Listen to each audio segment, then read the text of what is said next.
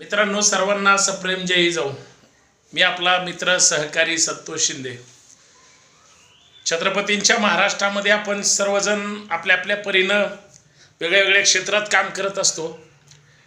महाराष्ट्र सरकारचे आज मंत्रिमंडळाची बैठक होती आणि सरकारमधली लोक ज्या पद्धतीनं वाद लावतायत, मग ते आरक्षणाच्या संदर्भात असेल, एकमेकांकडे ओढण्याच्या संदर्भात असेल किंवा कुठल्याही, मला असं वाटलं की याच्यावर चर्चा केली पाहिजे. आणि आता एक ठरवलंय की आपण कुठल्याही विषयावर आता त्याला एक व्यवस्थित स्पेशल फ्रेमच असावी असं काही नाही, चर्चा केली पाहिजे आणि संवाद साधला पाहिजे.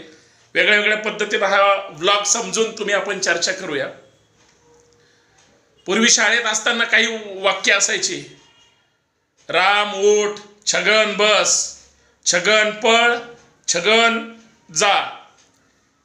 आता तुम्हाला वाटेल हे असं का आपण चर्चा करतोय.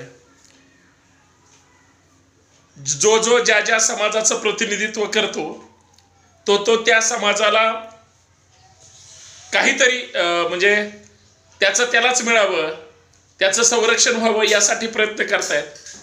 तर काही जण सत्तेवर आहेत, पिढ्यानपिढ्या आहेत, वर्षानुवर्ष आहेत, पण आपल्या समाजाला द्यायचं म्हणलं की त्यांना असं वाटतं मग माझ्या सतरंजा कोण टाकेल, झेंडे कोण उचलेल, माझा जय जयकार कोण करेल. आणि हे सगळ्या समाजाला लागू आहे. म्हणजे छत्रपती शिवाजी महाराजांचा जर काळ सोडला आणि त्याच्यानंतरचा जर काळ अनुभवला तर एक गोष्ट लक्षात येते, त्यावेळेस स्वराज्यासाठी मावळे प्रामाणिकपणे लढायचे, प्रामाणिकपणे काम पण करायचे. आता मात्र त्या पद्धतीनं होतंय का, हा एक संशोधनाचा विषय. आणि हा सगळा विषय ज्यावेळेस संशोधन करून आम्ही चर्चा करतो त्यावेळेस परत एक गोष्ट लक्षात येते की साल्या लोक ठरवून काही गोष्टी करतात. काय लोक ठरवून त्यांना काहीतरी भूमिका हे करायच्या असतात. बघा, लोकांना अजिबात काही देणं घेणं नाही आपला नेता कसा आहे. आपला नेता आपल्यासाठी काम करेल न करेल नेत्याला अजिबात वाटत नाही लोक आपल्यासाठी किती प्रामाणिक राहतात. स्वराज्यासाठी मावळे प्रामाणिक राहिले, प्राण दिले, रक्त सांडलं, स्वराज्य मिळवलं. त्याच्यानंतर राजकारण सुरू झालं, मग इंग्रज आले, बाकीचं जे काही तमाशा झाला तुम्हाला माहितीच आहे. परंतु सत्ताधीश जी लोक माणसं होती, मग ते कुठल्याही विचारधारेचे असू दे, विचारधारा इथं गौण असते. माणसं आपली असतात, ती फक्त इकडे जमाना म्हणून तिकडे जातात, तिकडे जमाना म्हणून इकडे येतात. तसाच तो प्रकार आहे. आणि त्या प्रकारामध्ये सध्याचं जुनं आणि आत्ताचं राजकारण जर आपण तपासण्याचा प्रयत्न केला, एक गोष्ट मात्र लक्षात आली, साले हे सगळे एकत्र आहेत आणि सगळे लोकांना वेड्यात काढायचं काम करतात. सगळे सोयीनं भूमिका घेतातच. आणि मग ह्यांच्या भूमिका ह्या समाज हिताच्या जर नसल्या, ह्यांच्या भूमिका जर तुमच्या माझ्या हिताच्या नसल्या, तर यांना काय चाटायचंय का. आणि ह्या सगळ्या गोष्टीवर आपण बोलणार नाही तर कोण बोलणार. म्हणून मला प्रश्न पडतो की राज्यकर्ते एवढे निबरडक झालेत, गेंड्याचे किंवा रानटी आहेत, हे त्यांच्या कार्यकर्त्यांना का कळत नाही. सगळ्या पक्षामध्ये अंधभक्त आहेत. अंधभक्त फक्त मोदीचे आहेत किंवा भाजपचे अजिबात नाही. हा फार फार मोठी अंधश्रद्धा आहे. भाजपवाल्यांनो हे पण लक्षात ठेवा, तुमच्यापेक्षा जास्त डेंजर अंधभक्त या इतर पक्षांमध्ये, कुठल्याही पक्षाचं नाव घ्या. आणि मग ही जर परिस्थिती असेल, चांगलं त्यांच्या नेत्यानं केलं त्यांना चांगलं वाटतं, वाईट केलं तरी चांगलं वाटतं. हा बुद्धीचा म्हणजे दिवाळखोरीपणा. आज मंत्रिमंडळाची बैठक होती, सगळे जणांनी बातम्या लावल्या. म्हणजे मी टीव्ही समोरच आहे की असं होणार, तसं होणार, हे बोलणार, ते बोलणार, या पद्धतीनं बोलणार.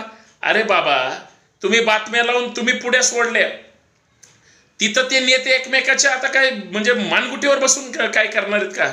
सगळ्या पैशासाठी एकत्र आलेत, सगळे ईडी सीबीआयला घाबरून त्या ठिकाणी एकत्र आलेत. मला सांगा, जे राष्ट्रवादीचे लोक भाजप सोबत गेले, 2-4 लोकांच्या मागे ईड्या होत्या का नाही, आता ते का बोलत नाहीत. आता त्यांना तिथं शांत झोप लागते का.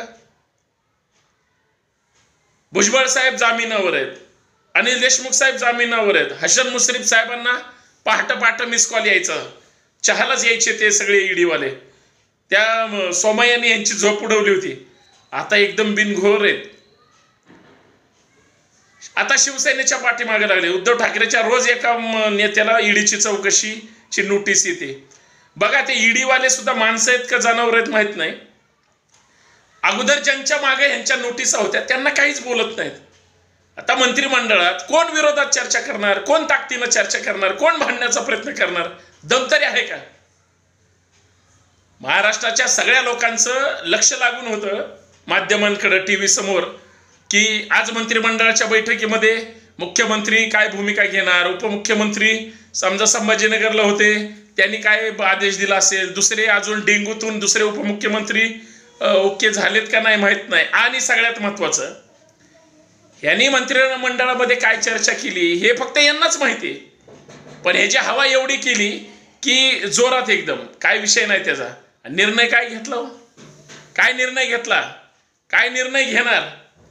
तर हे जर अशा पद्धतीनं भूमिका घेत असतील तर ह्यांना थोडी तरी म्हणजे नुसतं वातावरण गरम करायचं, एकमेकाच्या विरोधात बोलायला लावायचं, भडकवायला लावायचं, येड्यात काढायचं आणि टोकाची बातम्या ब्रेकिंग्स करायच्या आणि सगळं तशाच पद्धतीनं हे करू द्यायचं.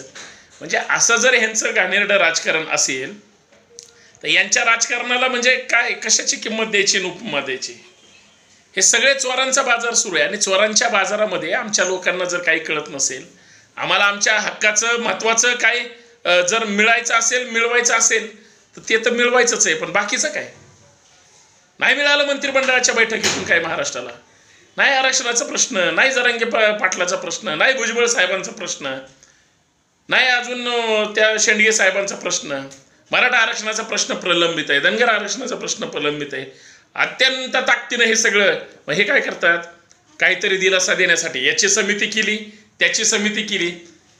नेत्यांनो माईच्यानं सांगा बरं, या सगळ्या गोष्टीतून प्रश्न सुटणार आहे का? तुमची तरी इच्छाशक्ती आहे का, दम आहे का कुठल्या नेत्यांमध्ये?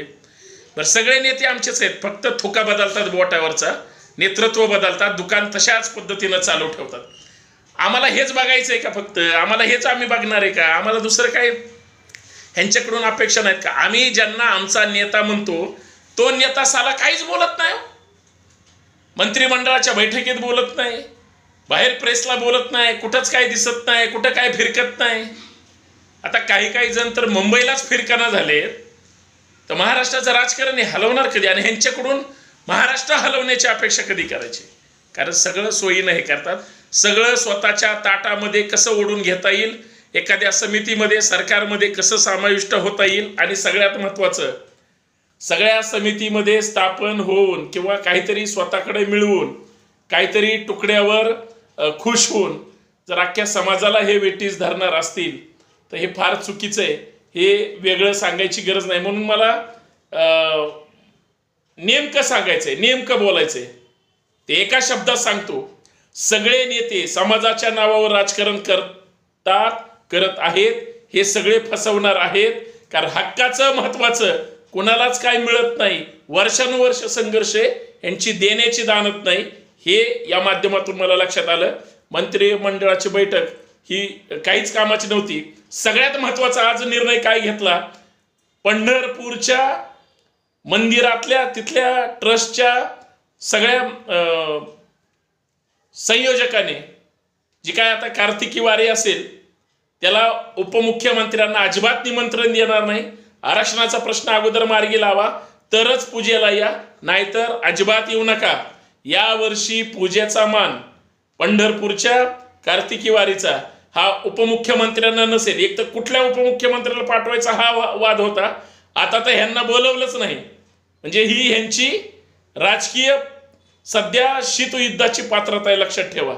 धन्यवाद पंढरपूरकर आणि विठ्ठल रुक्माई मंदिर जी काही देवस्थान समिती आहे त्या सगळ्यांचे महाराष्ट्राच्या वतीनं आभार आणि सर्वांना धन्यवाद. जय जिजाऊ, जय शिवराय.